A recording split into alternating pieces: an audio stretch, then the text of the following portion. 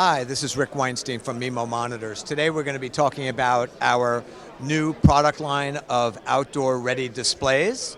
These are IP65, meaning that they will prevent dust and any moisture from entering the unit. What's great about our displays in our outdoor product line is that they can hang outdoors without the need for an extra enclosure. So these are not just simply open frames that need a kiosk and need temperature control. They have everything built in.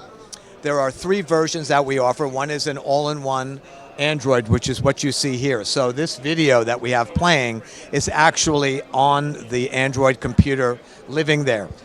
We also offer a software package built in called M-Lock, which enables you to have kiosk locking software where you can lock down either an application or a website or a video of, like we're seeing today. The 3 versions that we have are the Android, as you see here.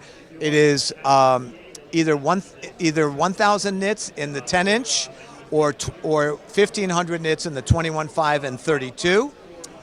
We also offer dumb displays, meaning that you need a media player to work with them. They're both HDMI.